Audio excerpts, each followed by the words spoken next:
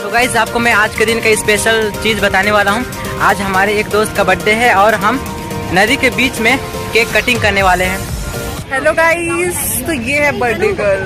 Happy birthday काजल।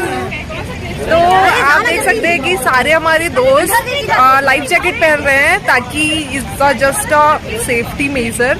तो हम boating करेंगे सारे के सारे और हम बोट में केक कट करेंगे।